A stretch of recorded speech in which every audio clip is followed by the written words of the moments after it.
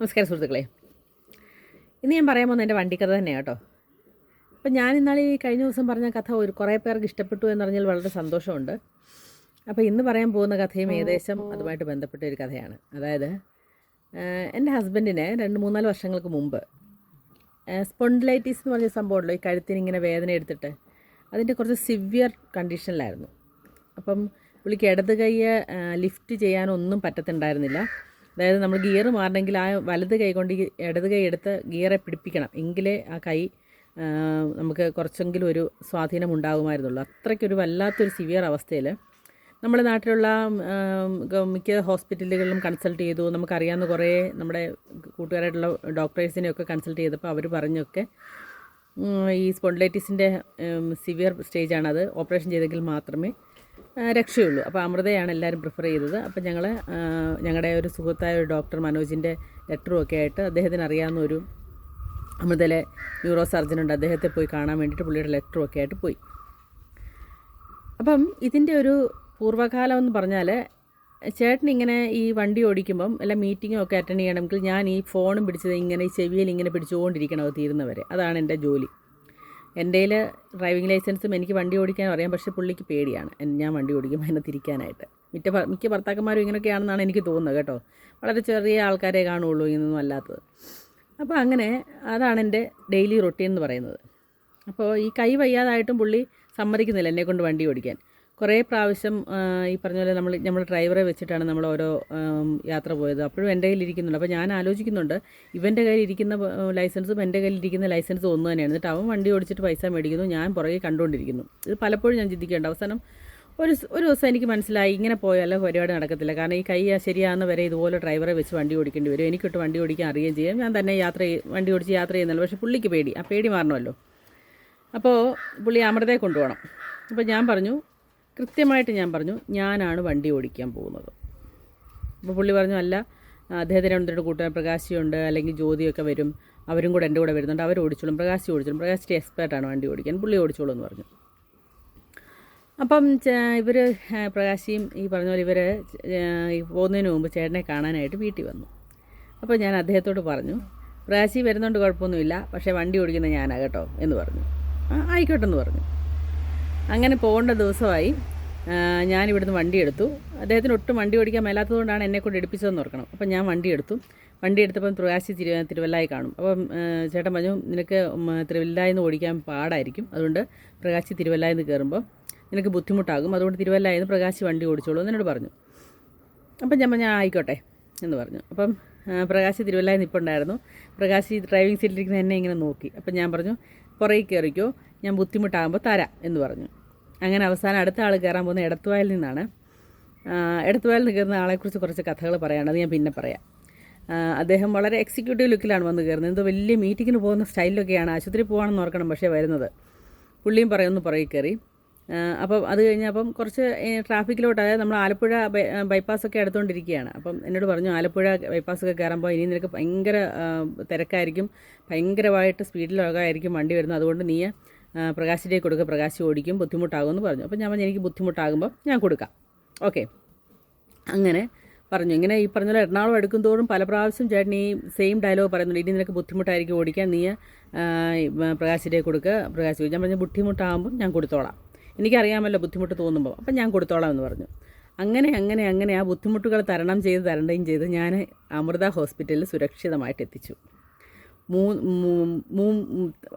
വണ്ടിയുടെ പുറകിൽ 3 ചേട്ടന്മാരിപ്പുണ്ട്, എൻ്റെ ചേട്ടൻ മുമ്പിൽ ഇരിപ്പുണ്ട്. അങ്ങനെ 4 ചേട്ടന്മാരെയും കൊണ്ടാണ് ഞാൻ ഈ യാത്ര ചെയ്യുന്നത്. ഒരേ ഒരു പെണ്ണ് ഞാനാണ്. അപ്പോൾ അങ്ങനെ ഇത് എത്തിച്ചു കഴിഞ്ഞ് അവിടെ ചെന്നപ്പോൾ ഞങ്ങൾക്ക് ന്യൂറോ സർജനെ കണ്ടു. അപ്പോൾ പുള്ളിക്കൊരു സംശയം, പുള്ളി പറഞ്ഞു ഒരു കാര്യം ചെയ്യുക. അപ്പം ഈ ഓപ്പറേഷനെക്കുറിച്ചുള്ള ടെൻഷനിലാണ് നമ്മൾ പോകുന്നതെന്ന് ഓർക്കണം. അതിനെക്കുറിച്ചുള്ള ടെൻഷൻ കാരണം എനിക്കോ ചേട്ടനോ ഓർക്കാം. കാരണം പലരും പറയുന്ന ഓപ്പറേഷൻ ഒരിക്കലും ചെയ്യിക്കരുത്, കാരണം ചെയ്യിച്ചു കഴിഞ്ഞ് എന്തെങ്കിലും ഒരു അബദ്ധം പറ്റിയാൽ കട്ടിലേന്ന് ഒരിക്കലും എഴുന്നേക്കാനേ പറ്റത്തില്ല, അങ്ങനെയൊക്കെ നമ്മൾ വളരെ എന്ന് വെച്ചാൽ അത്രമേൽ ടെൻഷൻ അടിച്ചുള്ള ആ ഒരു കാലഘട്ടം ഭയങ്കര ചിന്തിക്കുമ്പോൾ തന്നെ നമുക്ക് ഭയങ്കര ടെൻഷനാണ് കേട്ടോ. അങ്ങനെയാണ് നമ്മൾ പോകുന്നത്. പക്ഷേ ഞാൻ വണ്ടി ഓടിച്ചുകൊണ്ട് ഇവർ ആ ഓപ്പറേഷനെക്കുറിച്ചോ ഈ ടെൻഷനൊന്നും അറിഞ്ഞില്ല എന്നുള്ളതാണ് മറ്റൊരു സത്യം. ഇവരാരും ഇതിനെക്കുറിച്ച് ചർച്ച ചെയ്തില്ല, കാരണം ഞാനാണല്ലോ വണ്ടി ഓടിക്കുന്നത്, എല്ലാവരും ജീവൻ കൈ പിടിച്ചിരിക്കുകയാണ്. അങ്ങനെ ഞങ്ങൾ അമൃത ചെന്നു. അപ്പോൾ ഈ സർജനെ കണ്ടപ്പോൾ പുള്ളി പറഞ്ഞൊരു കാര്യം, 100 ഒന്ന് പോയി കണ്ടിട്ട് നമുക്ക് അത് കഴിഞ്ഞിട്ട് ഡേറ്റ് ഫിക്സ് ചെയ്യാമെന്ന് പറഞ്ഞു. അങ്ങനെ ന്യൂറോയിൽ ചെന്ന് കണ്ടപ്പോൾ പുള്ളി പറഞ്ഞു ഇത് ഓപ്പറേഷൻ ചെയ്യേണ്ട കാര്യമില്ല, നമുക്ക് മെഡിസിൻ എടുത്ത് മാറ്റാവുന്നേ ഉള്ളൂ, ഒരു 8 ദിവസം അഡ്മിറ്റ് ആവേണ്ടി വരും എന്ന് പറഞ്ഞു.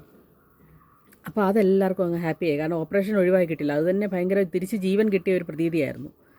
അങ്ങനെ വളരെ ഹാപ്പി ആയിട്ട് ഞങ്ങൾ ഡേറ്റൊക്കെ ഫിക്സ് ചെയ്ത് അതിനുള്ള അഡ്വാൻസും ഒക്കെ അടച്ചോ അത് ഞാൻ ഓർക്കുന്നില്ല കേട്ടോ, എന്തായാലും കൊള്ളാം, ഞങ്ങൾ ഡേറ്റൊക്കെ ഫിക്സ് ചെയ്തിട്ട് അറിയിക്കാമെന്നൊക്കെ പറഞ്ഞിട്ട് ഞങ്ങൾ അവിടെ നിന്ന് ഇറങ്ങി. അപ്പോൾ ഇറങ്ങി കഴിഞ്ഞപ്പോൾ എല്ലാവരും ഹാപ്പിയാണ്. അപ്പോൾ ഇങ്ങോട്ട് വന്ന ടെൻഷനൊന്നുമില്ല, ഇപ്പോൾ എല്ലാവരും വളരെ ഹാപ്പിയാണ്, കാരണം ഞാൻ വണ്ടി ഓടിക്കുമല്ലോ. അപ്പം അവരെല്ലാം കംഫർട്ടായി, കാരണം ഞാൻ വണ്ടി ഓടിക്കാൻ കുഴപ്പമില്ല എന്നൊക്കെ ഒരു മനസ്ഥിതിയാണ്. പക്ഷേ ഞാൻ ഓർക്കണം, നിങ്ങൾ ഏതെങ്കിലും ഒരു അവസരത്തിൽ ഞാൻ എൻ്റെ സ്റ്റിയറിങ് പ്രകാശിയുടെയിലോ വല്ലതും കൊടുത്തിരുന്നെങ്കിൽ ഇപ്പോഴും ഞാൻ ഈ പുറകെ ഇരുന്ന് ഇത് കാണത്തേ ഉള്ളൂ. അത് നിങ്ങൾ മനസ്സിലാക്കണം. അപ്പം നമ്മുടെ മനധൈര്യം എത്രയാണോ ആ മനധൈര്യമാണിത്, നമ്മുടെ മനസ്സിൻ്റെ ധൈര്യപ്പെടുത്തുക എന്നുള്ളത് മാത്രമാണ്. എത്രയോ വർഷം ഞാൻ ഇതും കൊണ്ട് ഈ ചേട്ടൻ്റെ മീറ്റിംഗ് അറ്റൻഡ് ചെയ്യുമ്പോൾ ഈ ഫോണും പിടിച്ച് സൈഡിൽ ചേട്ടൻ വണ്ടി ഓടിക്കുമ്പോൾ ഞാൻ ഈ ഫോണും പിടിച്ചുകൊണ്ടിരുന്നു എന്ന് നിങ്ങൾ ആലോചിച്ച് നോക്കണം. പക്ഷേങ്കിൽ ഇങ്ങനെ ഒരു അവസരം വന്നപ്പം, ഒരവസ്ഥ വന്നപ്പം പലരും ഇങ്ങനെയാണ് വണ്ടി വീട്ടിൽ കിടന്നിട്ട് ഇതുപോലെ സ്വന്തമായിട്ട് ഓടിക്കാം, ഇതുപോലെ എന്തെങ്കിലുമൊക്കെ സാഹചര്യമായിരിക്കും, വീട്ടുകാർ സമ്മതിക്കാഴിയൊക്കെ ആയിരിക്കും. പക്ഷേ ഇത് ഒരിക്കലുമുള്ള നമ്മുടെ ധൈര്യം നമ്മൾ കൈവിടരുത്. നമ്മളെക്കൊണ്ട് പറ്റും, ആരെക്കൊണ്ട് പറ്റും? 10, 70, 75 വയസ്സുള്ളവർ വണ്ടി ഓടിച്ച് പോകുന്നില്ല, അവർക്ക് പറ്റുമെങ്കിൽ പിന്നെ നമുക്കെന്താ പറ്റാത്തതെന്ന് ചിന്തിച്ചാലേ ഉള്ളൂ. അപ്പോൾ ഇതിന് ക്ലൈമാക്സോടെ ഞാൻ പറയട്ടെ. അപ്പോൾ ചേട്ടൻ്റെ വേറൊരു കൂട്ടുകാരുണ്ട്, ഈ പറഞ്ഞ പോലെ എറണാകുളത്ത് തന്നെ ജോലി ചെയ്യുന്ന, അദ്ദേഹം അവിടെ എഞ്ചിനീയേഴ്സ് ക്ലബ്ബ് എന്ന് പറഞ്ഞൊരു ക്ലബ്ബ്, അത് ടൗണിൽ തന്നെ, എറണാകുളം ടൗണിൽ തന്നെ ഒരു വലിയൊരു ക്ലബ്ബാണ് അവിടെ. ആ ക്ലബ്ബിലെ അംഗമാണ്. അപ്പം ഇങ്ങനെ ഇതുപോലെ അവരെ പുള്ളി വിളിച്ച് ചോദിച്ചു, എന്തായി പ്രസന്നാന്ന് ഇങ്ങനെ വിളിച്ച് ചോദിച്ചപ്പോൾ പുള്ളി പറഞ്ഞില്ല സാറേ ഇതുപോലെ വേണ്ട, ഓപ്പറേഷൻ ഒന്നും വേണ്ട എന്ന് പറഞ്ഞു. അപ്പോൾ ആരാ വണ്ടി ഓടിക്കുന്നത് പറഞ്ഞു, വൈഫുണ്ട്, പുള്ളിക്കാരി വണ്ടി ഓടിക്കുന്നത്, എന്നാൽ നമുക്ക് ക്ലബ്ബിലോട്ട് പോകാമെന്ന് പറഞ്ഞു. ശരിക്കും എറണാകുളം ടൗണിൽ തന്നെ അത്രയും വിശാലമായൊരു ക്ലബ്ബ് സത്യം പറഞ്ഞാൽ ഭയങ്കര അത്ഭുതമാണ്, കാരണം അത്രയും ഏരിയ ഒക്കെ ഉണ്ട് ആ ക്ലബ്ബ്, ഭയങ്കര രസമായിട്ടുള്ള ഒരു ക്ലബ്ബാണത്. അപ്പം വളരെ ഇടുങ്ങിയൊരു സ്ഥലത്തൂടെയൊക്കെ കയറി വേണം പോകാൻ, പക്ഷേ ഞാനാണ് വണ്ടി ഓടിക്കുന്നത്. അപ്പോൾ അവിടെ സന്ധ്യ സമയമാണ്, ഒരു 7 മണി സമയമാണ്. അപ്പോൾ ഈ ആൾക്കാരെല്ലാം ബിസിനസ്സൊക്കെ ചെയ്യുന്ന ആൾക്കാരും ഒക്കെ അവിടെ ഒന്ന് റിഫ്രഷ് ചെയ്യാൻ വേണ്ടിയിട്ടും ഒന്ന് ചില്ലാവാൻ വേണ്ടിയിട്ട് വരുന്ന ഒരു നല്ലൊരു ക്ലബ്ബാണ് അത്. പക്ഷേ പെണ്ണുങ്ങളാരുമില്ല, ആണുങ്ങൾ മാത്രമേ ഉള്ളൂ. ഇച്ചിരി കള്ളുകുടിക്കാനും ഒക്കെ വരുന്നതാണ്, ഇച്ചിരി ഒന്ന് ചില്ല് ചെയ്യാൻ വേണ്ടിയിട്ട്. നമുക്കറിയാമല്ലോ അതെന്താണ്, ആ ബിസിനസ്സുകാരുടെ ആ ഒരു ഇതിൽ വരുന്നതാണ്. അപ്പം ഞങ്ങളൊരു 7 മണി സമയത്താണ് ഇവിടെ ചെല്ലുന്നത്. അപ്പോൾ ഈ വണ്ടിയെ ഇങ്ങനെ ഓരോരുത്തർ ഇറങ്ങുമ്പോൾ അവിടെ ഈ പറഞ്ഞ പോലെ ഷട്ടിൽ കളിക്കുന്നവരുണ്ട്, വെളിയിൽ നിന്നിങ്ങനെ സംസാരിക്കുന്നവരും ഒക്കെ ഒരുപാട് ആണുങ്ങളുണ്ട്. അപ്പോൾ ഓരോ തടിയന്മാർ ഈ വണ്ടിക്കകത്തു നിന്ന് ഇങ്ങനെ ഇറങ്ങുകയാണ്.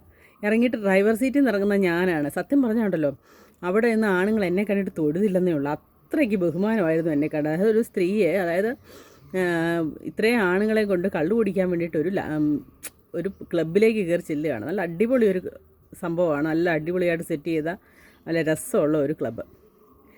അവരുടെയൊക്കെ ഒരു നോട്ടം സത്യം പറഞ്ഞാൽ ഞാനങ്ങ് വാനോളം ചെന്നെന്ന് വേണമെങ്കിൽ പറയാം, സത്യം പറയാണ് കേട്ടോ. കാരണം നമുക്ക് ആ ഒരു മൂമെൻ്റൊക്കെ നമ്മൾ ഫേസ് ചെയ്തെങ്കിലേ നമുക്കതിൽ നിന്നും മനസ്സിലാവുള്ളൂ. കാരണം ഞാൻ ഈ വൈസ്മെൻസ് ക്ലബ്ബിലൊക്കെ ഞങ്ങൾ മക്കപ്പുഴ പോയിക്കൊണ്ടിരിക്കുമ്പോഴും പലരും പറയാം, എൻ്റെ പ്രശ്ന നിൻ്റെ ഭാഗ്യം ഞങ്ങൾക്ക് ആർക്കും ഇല്ലല്ലോ എന്ന്. കാരണം അവർക്കൊന്നും വെള്ളം അടിക്കാൻ പറ്റത്തില്ല, കാരണം വണ്ടി ഓടിക്കണം. കാരണം ഈ എരുമേലി സൈഡിലൊക്കെ ഭയങ്കര ചെക്കിംഗ് ആണ്, ഒരു തരത്തിലും വണ്ടി ഓടിക്കാനൊന്നും പറ്റില്ല. അപ്പോൾ അങ്ങനെ വരുന്ന സമയത്ത് ഇതൊരു പ്രശ്നമാണ്. അപ്പോൾ അവരൊക്കെ പറയും നിനക്ക് മാത്രം അതിനുള്ളൊരു ഭാഗ്യമുണ്ട്, കാരണം ഞാൻ വണ്ടി ഓടിച്ചോളുമല്ലോ, അപ്പോൾ പുള്ളിക്ക് പ്രശ്നമില്ല.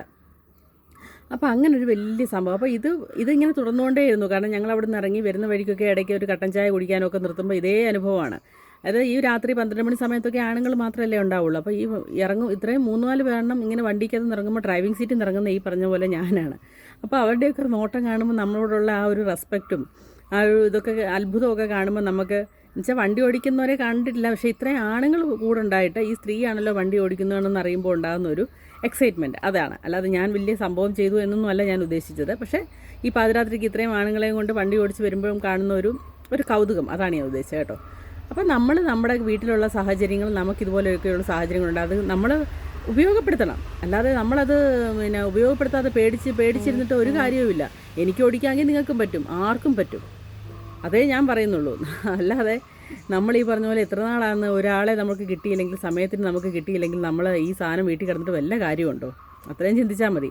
നമുക്കൊരു അത്യാവശ്യം, നമ്മുടെ കുഞ്ഞിനൊരു വയ്യാഴിക വന്നു, അല്ലെ ഹസ്ബൻഡിന് വന്നു, അല്ലെ നമുക്ക് വന്നു, എന്തെങ്കിലും ഒരു അത്യാവശ്യം, അല്ലെ പെരുമഴയാണ്, നമുക്ക് വെളിയിലിറങ്ങാൻ പറ്റാത്ത വണ്ടി കിടപ്പുണ്ട്, പക്ഷേ ആളില്ല ഓടിക്കാൻ. നിങ്ങളൊന്ന് ആലോചിച്ച് നോക്കിയും. അപ്പോൾ എല്ലാവരും, അപ്പോൾ ഇനി ലൈസൻസ് ഉള്ളവരാണെങ്കിലും ഇല്ലാത്തവരെടുക്കുക, ഉള്ളവർ നിങ്ങൾ ചെറുതായിട്ടെങ്കിലും തൊട്ടടുത്തുള്ളിടത്തൊക്കെ ഉരുട്ടി പഠിച്ചൊന്ന് ലെവലാണ്. അപ്പോൾ ഇച്ചിരി നീണ്ടുപോയി, ബോറടിക്കുന്നവർ സ്കിപ്പ് ചെയ്ത് പോവുക, അല്ലാത്തവർക്ക് കാണാം.